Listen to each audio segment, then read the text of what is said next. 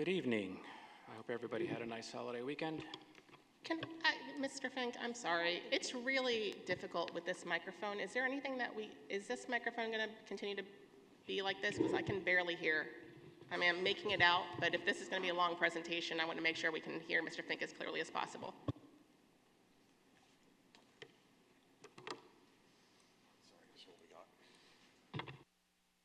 Oh, is that better? Much better. That's loud. I'll try to hold it down here or something like that. Unfortunately, not hands-free, so bear with me. Okay, so we're gonna talk about our proposed final budget for the 25-26 school year. Obviously, some of this is broken record type of stuff from year to year. We'll talk about some of the obstacles, some expenditure changes, revenue changes, and then some impacts at the end. Let me put this on this side so I can use my free hand for that. So when I look at some of the obstacles, they're similar year over year. A lot of it is because we're still getting traction on the 24-25 budget. And there's a number of things that we just don't know, and some of them are around the state budget. The education subsidies, they're not finalized yet. I know Governor Shapiro, of course, is it closer? Yeah. Governor Shapiro, of course, put forth his preliminary budget back in the February-March timeframe with some estimates. We don't know where those estimates are going to land, but some of the things that we do know. According to the preliminary budget, regarding the education subsidy, there was a scheduled increase year over year of about $200,000 for Spring-Ford, which represents about a 1.38% increase year over year. Special education also about a $100,000 increase year over year, which represents about a 3% increase on that line item. The Ready to Learn block grant is flat. No changes there, and I frankly haven't seen any changes there for quite some time. The things that I find interesting about that are the state kind of dictates to us what the Act 1 index is at 4%, but yet the increases to our subsidies are well below that on a percentage basis.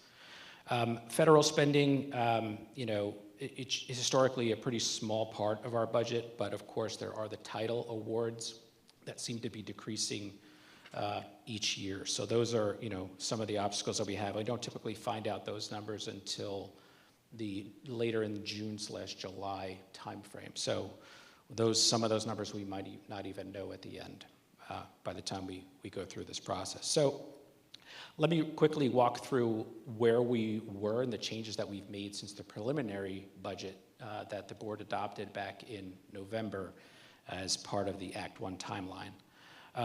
So we made obviously some changes as we've gone through the departmental budgets and building supplies and activities for about a $1.2 million favorable change. Our PSERS rate decreased from the estimate of 34.72% down to 34%, so that's why that number's less. You heard Mr. Levengood here. He was here giving his presentation about the Western Center and some of the reductions there based on our ADMs or our average ADMs over the past few years. That also applies to our debt service payments that go over to the Western Center, so that accounts for that. We had an increase built into the preliminary budget of about $800,000 for our debt service line year over year, and that's simply because things cost more as you do projects. So we were looking at that as a large increase. I think I wrote in a board memo some documentation about certainly when we did the Spring City bid, and that project came in about 11% higher than was expected. Some of that, of course, had to do with some of those costs that have increased year over year. But we reduced that increase down by about $500,000. We made some changes to our meet and discuss plans and reduced the number of new hires that we had built into the preliminary budget, which equates to that number. Some program changes on Spring-Ford Cyber Learning, which we've talked about already. Resignation and backfills, as someone resigns at a higher salary, we can replace and bring them in at a lower salary. The big deal here is health insurance on the expense side of the budget. And we've been talking about this for months, if not a year or two. And our health insurance benefits have been increasing this year, almost a 20+% increase year over year.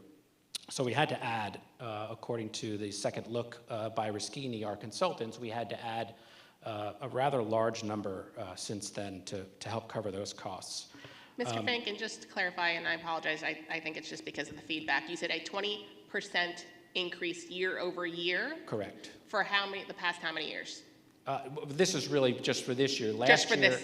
Yeah, I don't know the percentage off my top of my head for last year. Okay. I do remember at the end of budget season last year, we had to increase also because of the second look. So, and I know that attuned for somewhere around the $1.2 million. But you're just talking about the change from the delta from last year. Correct.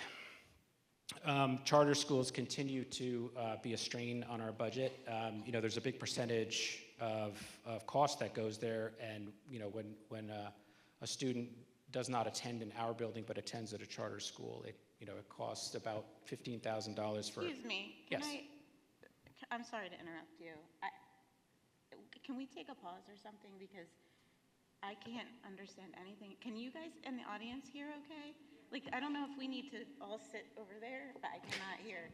I can't understand anything you're saying, and this is really important for all of us to work through together, but it's like you're underwater. I cannot hear.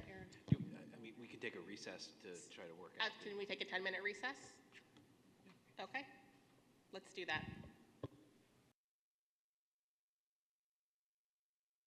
Welcome back. I want to thank Mr. Pravetti. Round of applause for getting our microphones and audio in good order.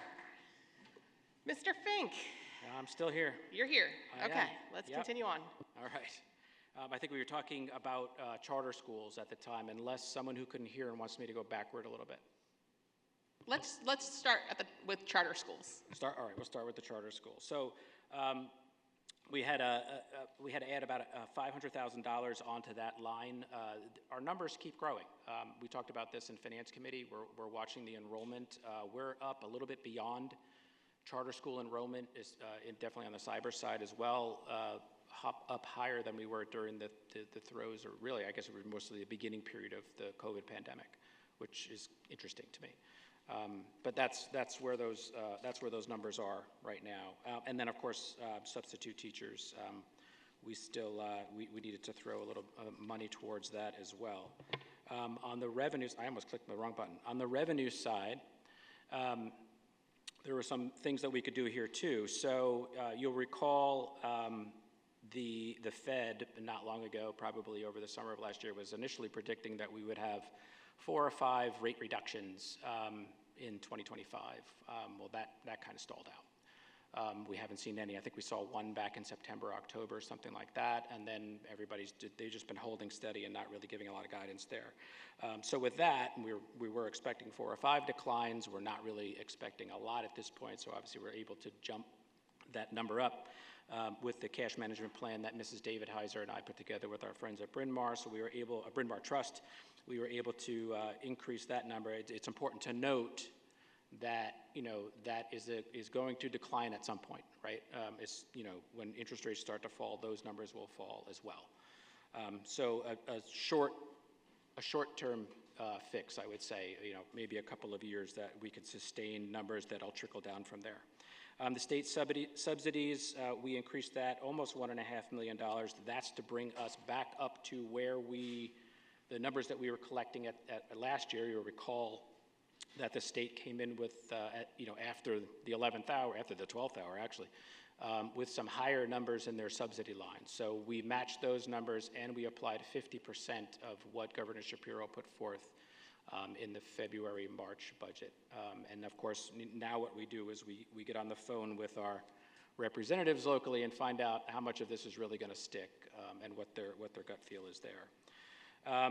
Federal subsidies have been declining, especially in the title world and also in the medical access world. So that's the reason for that reduction. Earned income tax, based on our trends that we've gone through each month at finance, we believe that we're able to up that number by about $500,000 and still give us a little bit of room. We're actually trending a little bit, maybe $250,000 higher than that right now for this year. We're still waiting for that recession that never came. They've been predicting that. Maybe they'll keep saying that until it actually happens. I don't know. But it still hasn't come yet. So a little bit of caution there about going farther. Other local taxes and fees, that's a bunch of smaller items like, electricity rebates and those types of things that have been adding up, use of facilities, those types of things. A big thing that I do want to discuss, put a little bit more time into, is the real estate assessments, those appeals, and it's really on the commercial side. What we've been seeing over the past couple of years is quite a few out of the ordinary assessment appeals from the commercial side, mostly, I would say, not so much retail, but mostly in office space and warehouse space. So we talked about this for a number of months this year. And what we've seen over the past couple of years is, a property owner on the commercial side would put in an appeal, and then we would negotiate out a settlement. And you've seen those settlements on the board. We do those from time to time. And then a year or two later, they're back again, right? They're back for more. So, and then we negotiate it out. We have an appraiser that goes out and do those things. And so that's kind of how it's gone. Recently, however, we've had a big one, and we've talked about this a number of times at finance as well, and that is the Wyeth property, the campus down on Arcola Road, where an assessment appeal came in. The property was actually sold this past August or the August before for an amount considerably lower than the implied market value. They appealed. The county board honored their appeal, which is, will be starting next year, is about a $1.2 million revenue hit to our line. They've appealed again. And this time, the hit will likely be somewhere in the $3 million range. We need to plan for that. Long term, we need to plan for that. Are you having trouble hearing? Oh, yeah. So we'll have to look at that on the long term to see how that impacts and what we can do, and that's what my team and I are looking at right now, so we can discuss that at finance as well, what that might look like. But that's why we did that. So what we did, we would normally have an assessments growth year over year of about 1.3 to 1.5%. We had to backtrack that down to 1, which is where this number comes from here. Because while we're still seeing growth on the residential side, we're seeing a real retraction on the commercial side. And I think a lot of that has to do with how COVID was handled. People couldn't go to work. They started to work from home. They kind of like working from home. The companies are saving some money by not having to pay the rents, and now you have vacant space. But just so you know, too, our appraiser is working on it with the help of Mr. Fitzgerald's colleague at Fox to help us bring the matter and to guide us through that process. So, just hit the wrong button again. On to the next is, so if we look at a summary there, you can see we started the proposed preliminary budget at just over $11 million, which was a 7.99% gap if you look at it from a tax perspective, down to a 4 million, which is 5.36. The 5.36%. Of course, the index, as you know, is 4%, so there is still some work to do and some decisions to be made along the way. I did want to point out that had we not had the assessment appeals that we've seen from the commercial side, and had we not had the unexpected increases in our health insurance for the year, we would be well below the 4% index right now.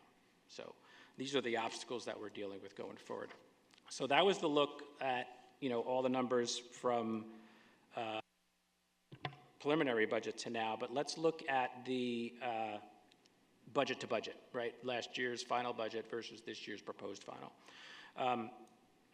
Again, some broken record stuff, our personnel costs still are around the 80% of our overall cost. Not surprised, considering we are, we're a service business. That's what we do. I'm actually jumping ahead in my thoughts. On the revenue side, the local revenue is typically almost around 80%. So when I look at the real estate tax, just based on organic growth, at that 1% number that I mentioned before is about 1.36 million. I don't think I have to read these all. I think you understand what we're looking at. The EIT over $1 million higher. Again, I talked about earlier about the subsidies from the state, about 974. Again, flat on the Ready to Learn grant. PSERS, again, that goes up, but your spend on your personnel side also goes up. So it's a 50-50 relationship there. And transportation subsidy, due to some efficiencies that Mrs. Henry has put together in our fleet, we're expecting an increase on that as well. Federal, again, I'm expecting a decrease on that, mostly due to the reductions in title and medical access funds. So if you looked at on a summary basis, you can see my eyes always go to that right-hand column where I'm looking at a 2.7% increase in revenues year over year. So I'm going to ask that you remember that number, because there will be a quiz in a little while. See how your memories are working. Did that again. So I'm going to put this in my hand so I don't forget. Wages and benefits, I said before, again, they're normally around that 70% of the total budget. That's really nothing new. About $3.75 million increase there. That's in line with the agreements that we have, agreements with our union, agreement with our support staff. Taxes and benefits also go up, and I'm going to emphasize again on that medical coverage piece. That's where your big jump is there. You have that $3 million that we added, or we had to add based on Brischini's second look in our plans.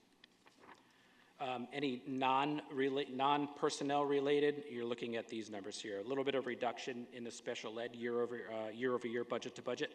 A decrease in curriculum, but that's because we're in a lower spend year than we were in the prior year. So what you also, if you didn't notice, we also had an other funding source on at the bottom of the revenue slide. Let me back up 1 second so you can see what I'm talking about.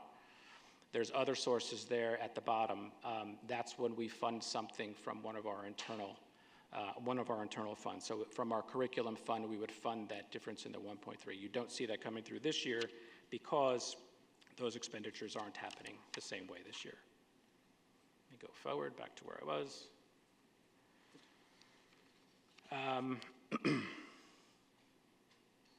Back up one.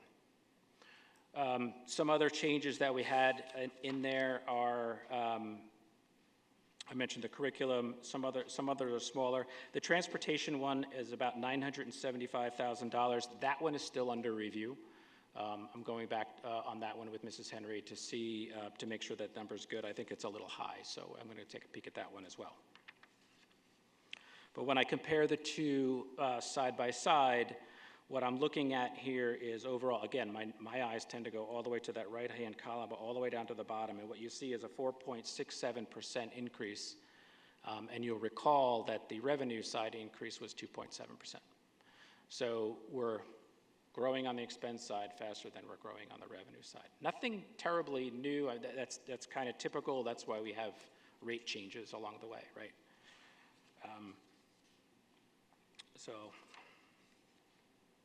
So when I put all the two together, what I see here is, again, there's your $7.364 million gap. You can see your 5.36% tax impact that would be if that's, if nothing changed from now till final day.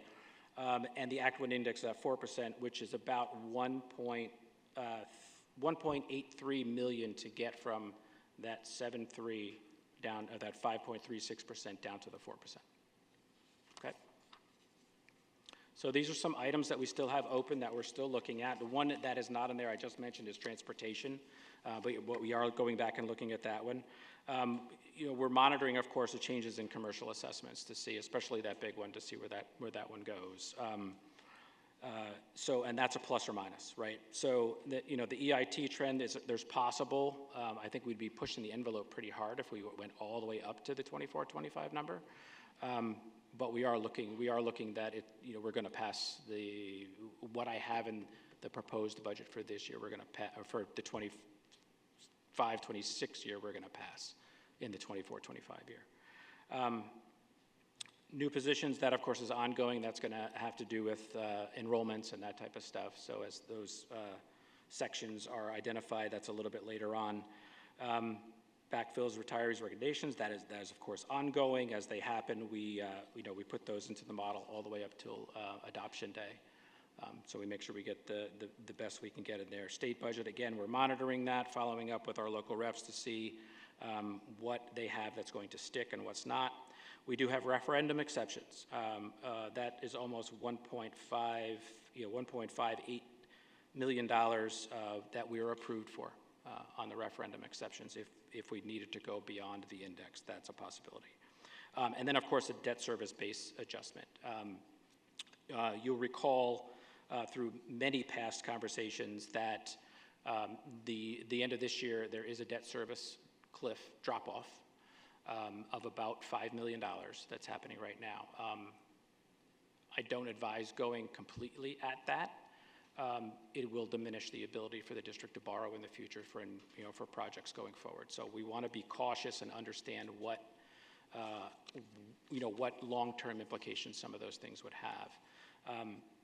But that's something we will do, and looking forward to the next finance committee meeting, we have been doing it, but we'll go over that in a little bit more detail there. So looking at options we have to close the gap, I think they're pretty plain. One is, and again, some of these will have short-term implications, some of them will have long-term implications. So we need to decide. We will need to decide together what the best formula is to go forward. So utilize the referendum exceptions in full, and then fill the remainder with with a little bit of the debt service gap. That's a possibility. Don't use the referendum exceptions at all and just fill the whole thing. That will have bigger long-term implications. Or a combination of the both. I mean, I think that's kind of where we are. Now, there's still some brush-up items that we have on that list that I still am going through. And that will, hopefully bring some of those numbers down a little bit more. I don't know that it brings it down all the way. I doubt it does. But we'll have to, as we get closer and closer to the next finance meeting, we'll have more conversation about that, I think. Of course, here's the Abby Deerdoff slide, which is, what does this mean, right? So a 1% change to the district means about $1.38 million in revenue. That's what that means. A 1% real estate tax change is about $32.51 in additional tax per 100,000 assessed to our taxpayers. That's what that means. I put the next line, I put the 5.12%. That is the number that would be applied if we took the referendum exceptions. That's what, if we took it all, that's what that would look like and what the impact of that would be, about $166 per $100,000 assessed. And then, of course, the index at 4%, which is the $130 at, per 100,000 assessed. Okay. So what are the next steps? Well, we have to check the box and get the proposed final budget done according to Act 1.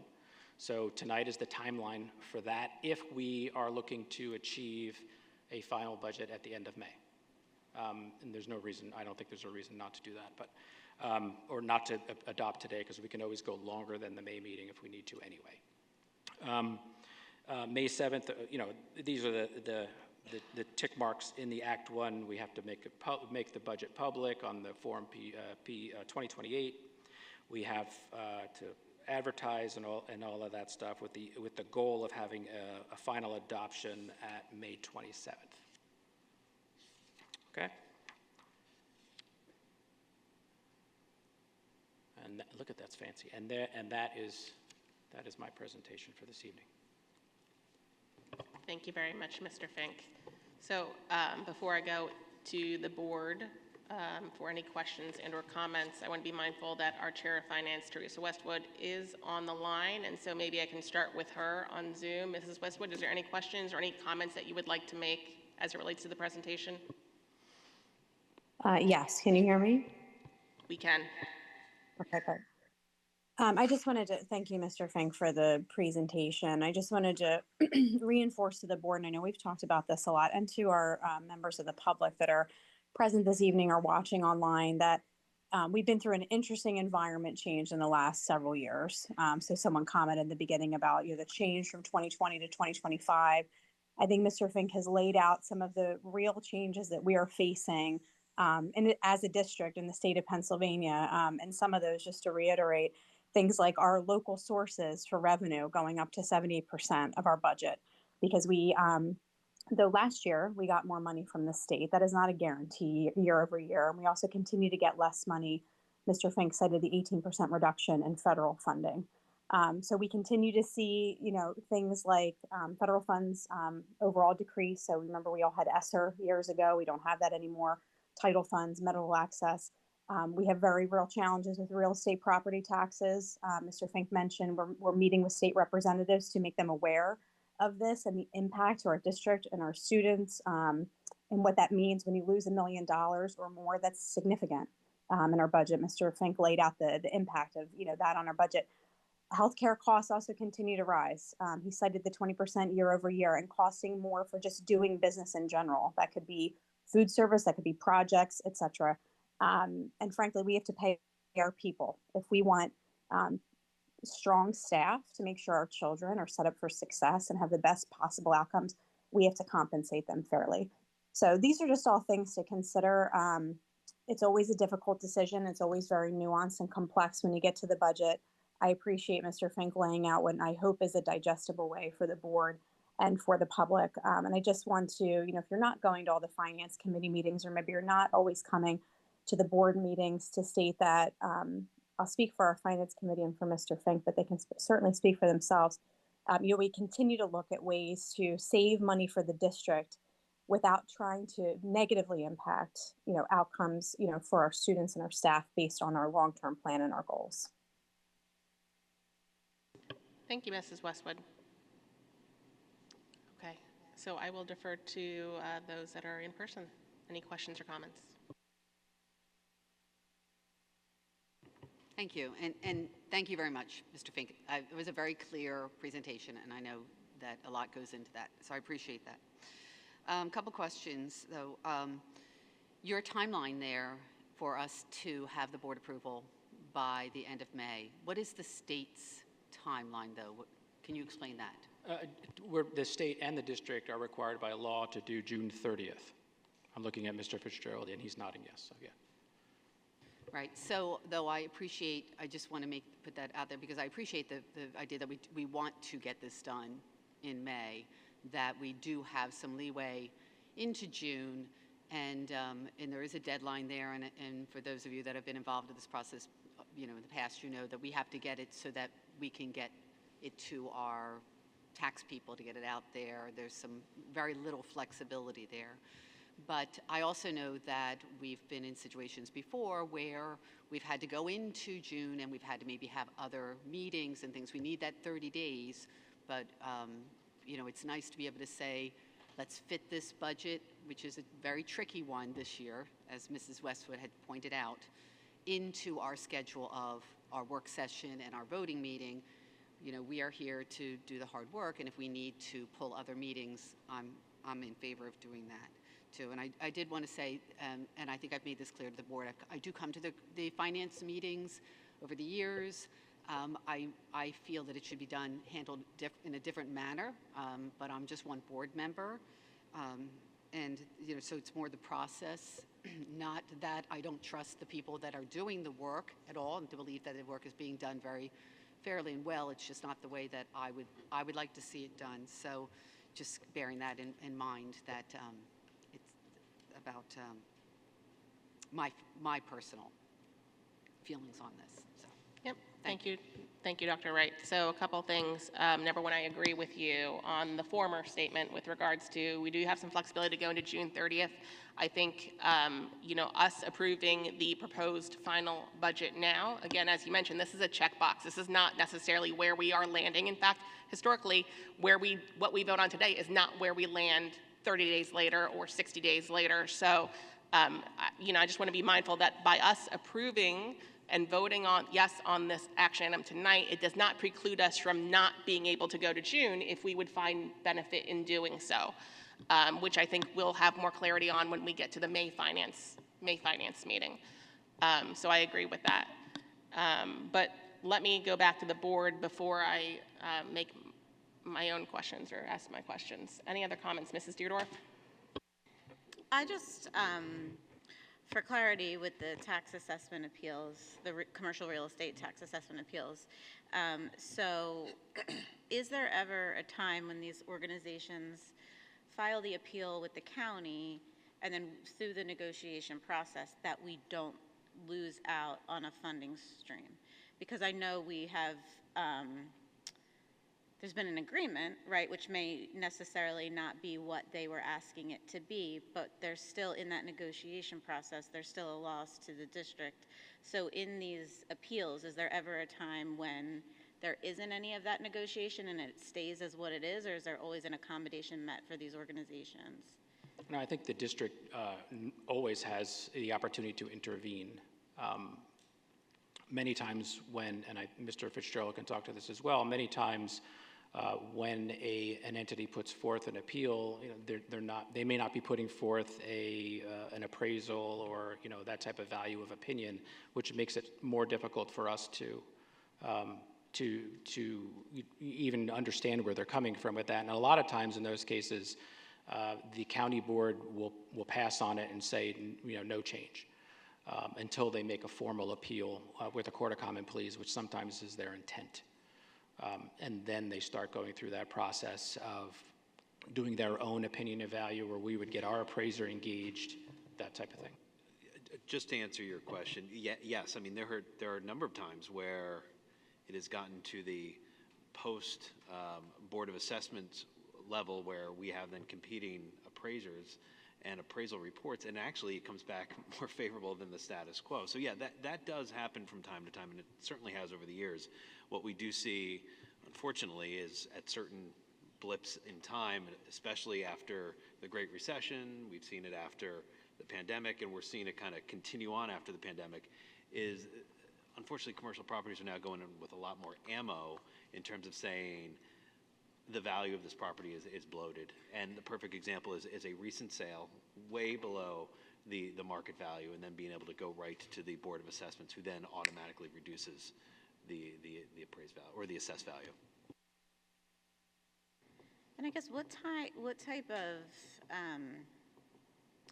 timing, like when this process starts to when it impacts us? Because it's difficult, I would imagine, to be able to plan for if at any day I could wake up and say, I want to appeal my taxes on this property that I own. So how far out do we see that as far as what you're able to then decipher how it's impacting our budget? I don't know that we have a very good forward-looking view on that, and it can happen at any time, really. It could simply just happen because, the owner of this building, right, they just do their market research and they say, oh, wait a second, I'm paying, $255 a square foot, but the guys, I did a survey out in Conshohocken, they're paying $170. Let me go talk to my landlord and renegotiate, let me go, into the appeals land and say, hey, I can easily, because I have a similar property, tell the board that I'm overvalued because clearly I'm not able to earn as much revenue as I could before, or at least in comparative to a property in another area. We're on notice as late as August 1st of a tax year of the potential of a reduced assessment. So the deadline to file the appeal is August 1st with the county. And that would then implicate the current tax year potentially if there's going to be a reduction. So if you have a big ticket property owner who files the appeal with the county by August 1st, the business office will be on notice of this potential liability, because the truth is that the immediate appeal to the board will occur usually in the window of, I'd say, September through late October. And then that's usually, I hate to describe that process as more of a rubber stamp, but that's just a precursor to then if there's going to be a real challenge. Because with the bigger properties, there would be then a challenge where we would intervene. So yes, within a month of the start of a new fiscal year, we could know if there could be implications both for that current year and then future years, because that money is ultimately it's held in escrow if there's a debate as to what the value is that they're paying in taxes. So for that current year, we're kind of our hands are tied. But as far as looking towards the future. Yeah, that's a very short window, Correct. to look at. We've already done our budget for that prior year by the time they put their, and you recall, in finance, that's kind of when we started talking about that Wyeth property, right? So, yeah, and that's when we would, as Mr. Fitzgerald put forth, that's when we kind of catch wind of these things. But that budget is already done, and sometimes, it can be an interim adjustment, sometimes it could be a fiscal year adjustment. So this adjustment we had just now that the board put forth won't take shape until July 1 of 2025, but they have, that particular property has something else in the hopper at the Court of Common Pleas, where they want to further appeal. But that initial one's done, that's happening. And just to reiterate what you said in your presentation, so it's the one that already went through is approximately a tax percentage point, right? It was about 1.3 million, which is a point in our. Yeah, that's about 1 percentage point in our tax world, yeah. And you feel like they're going for 3 more million next year? That complaint or whatever claim has already been put forth into the Court of Common Pleas, so the answer is yes. Okay. How that turns out, again, not sure yet. Thank you. And then regarding the increase of the healthcare costs, so we all know, we're all experiencing it. To clarify, because I feel like we were having some microphone issues when you were initially saying, so it's 3 million over what was budgeted, and it's 20% year over year? From 20% from last year increase. Is Rischini saying anything other than just upping that budget as far as how to kind of fix that issue moving forward, or we just have to continually increase how much we're budgeting for that? Well, Because we know the costs aren't going down. Yeah, I'm not sure where you're looking to go on that one, but we have discussed in Finance Committee the possibility of a healthcare center to help, take some of that.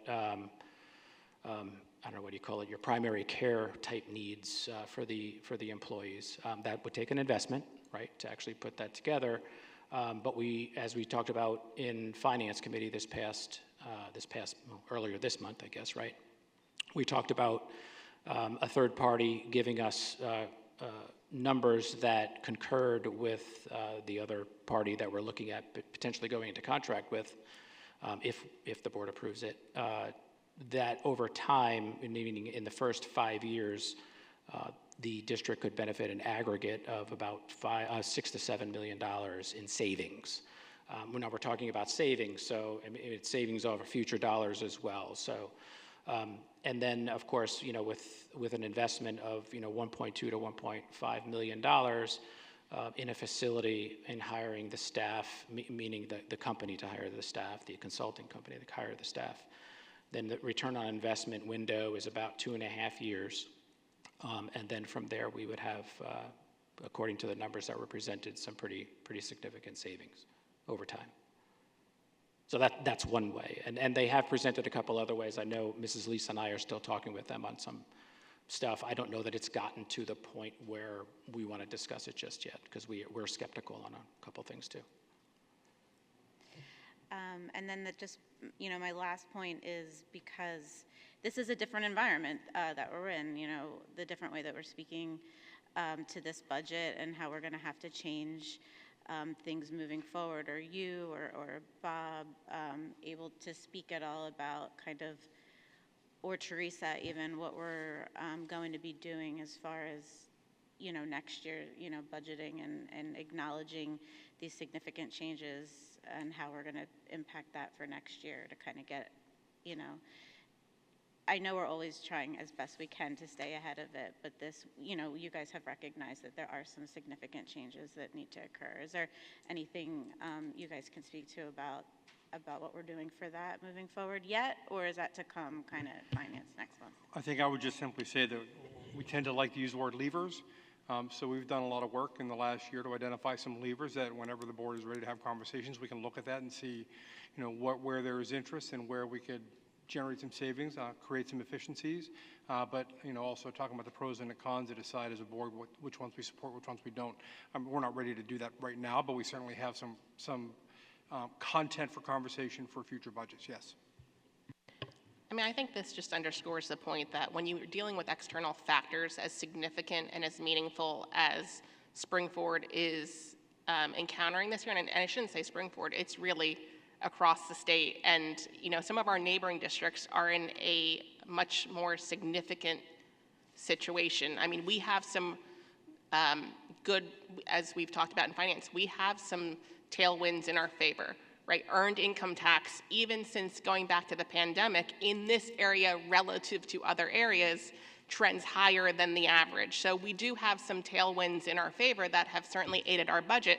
But the fact of the matter is, when you're dealing with external factors such as healthcare costs, and I'm glad to hear that you have certain levers to pull, whether it be investigating into the potential of a healthcare suite to be able to mitigate some of those costs, or looking at our current plans and deductibles and co-shares and how we can make that really much more manageable for the district, and while also balancing the needs of our staff.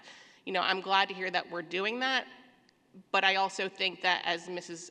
Deardorff mentioned, when you have personal property and commercial property moving in opposite directions, as they have since the pandemic, it is just a whole other level of challenge, right? You have commercial real estate, which is very cyclical, right? Real estate investment trusts, which are very prone to downturns in the market, which we have had in 2020, 2022. Hey, we're in 2025, inflation projections are upticking, growth projections are down, right? I'm not going to use the R word in terms of recession, but who knows where we are come the end of the year. So, I don't foresee this trend in commercial real estate really decreasing, or I should say disappearing, not decreasing, it's decreasing, but disappearing anytime soon. So, I'm glad to hear, Mr. Rizzo, that we are looking at, how we need to operate internally, how we may have to operate differently moving forward, because, unfortunately, while I would love to say here that, barring the commercial real estate reassessments, barring the healthcare, we, to pat ourselves in the back and say that we would below index. The fact of the matter is that's not our reality, right? We need to be mindful of these things, and if it means that we have to look at doing things differently than precedent or the way other boards or other, the district has operated historically, then we're going to have to do that.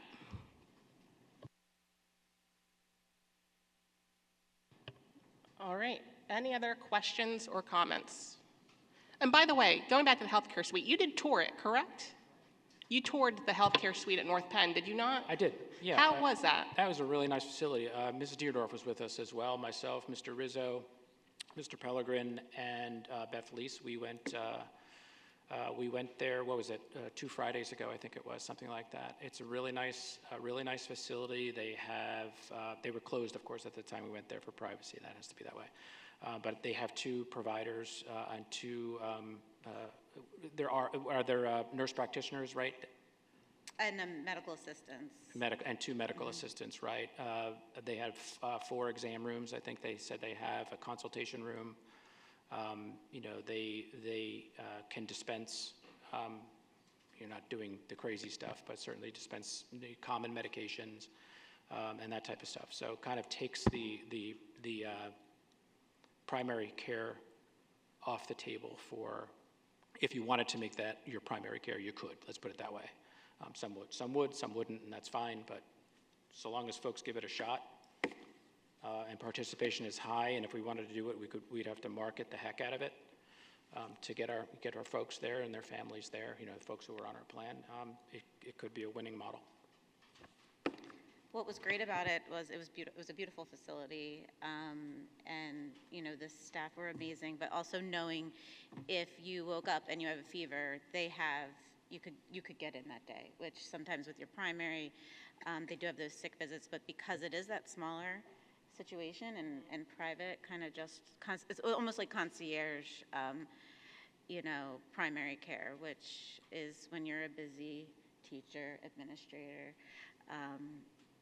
You need those conveniences, so that was great. I was very impressed.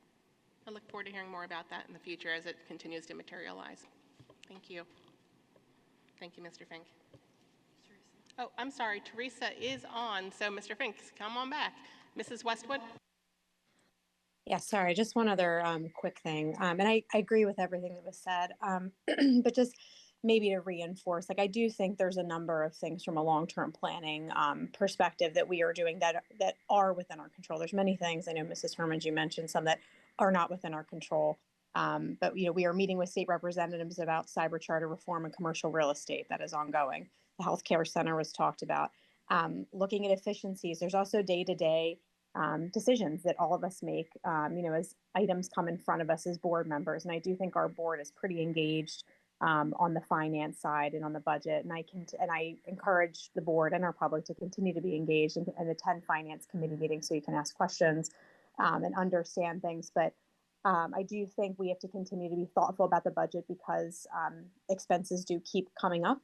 But I think we're doing what we can within our control to try to continue to fulfill our mission as a district and also provide a great educational experience and keep expenses as reasonable as possible. Thank you, Mrs. Westwood. Okay. Thank you, Mr. Fink. All right, so moving on to section 4, we have action items, and we will take them one by one. I'm going to take them one by one. So we're going to look at action item 4A. This is the adoption of the 2025-26 proposed final budget. Do I have a motion? So moved. Is there a second? Second. Questions and discussion? Yeah, I would like to mention that due to the fact that we don't have, we have to do this 30 days prior to the budget being finally approved, that we have time on doing this. I think that I would feel more comfortable if we were waiting on this vote until we had a number that was closer to the 4.0 than the 5.36. The thought of going to referendum exceptions has no appeal to me. So I personally, that is my view on this. I think everyone's doing a hard work at bringing that number down. I would just like to be doing this maybe next week when we could be closer to the 4.0. Mr. Fink, are we able to do this next week? Because there isn't a... If the board were to adopt the proposed proposed final today, you would not make the May 27th date. Correct. You'll be a day or two short. But the May 27th date is what date? We have to have... Tuesday after Memorial Day. No, I mean, my understanding is that we have to have this adopted within 30 days of voting on the final budget. The final budget does not have to be voted on until June 30th. Then what you're effectively saying is by not voting on this now, you don't even want to vote on it in May. You don't want to have the option to vote on it in May, because if we don't do this now, we cannot approve the final budget in May, period. Right. Whereas by voting on this now, we have both the option to vote on it in May potentially and vote on it in June. So we're actually limiting our ability to move with how we move forward with the voting of the budget if we say no to this now. Is that what you're saying? Correct. Okay. Okay. Fair. Point taken. Any other questions or comments?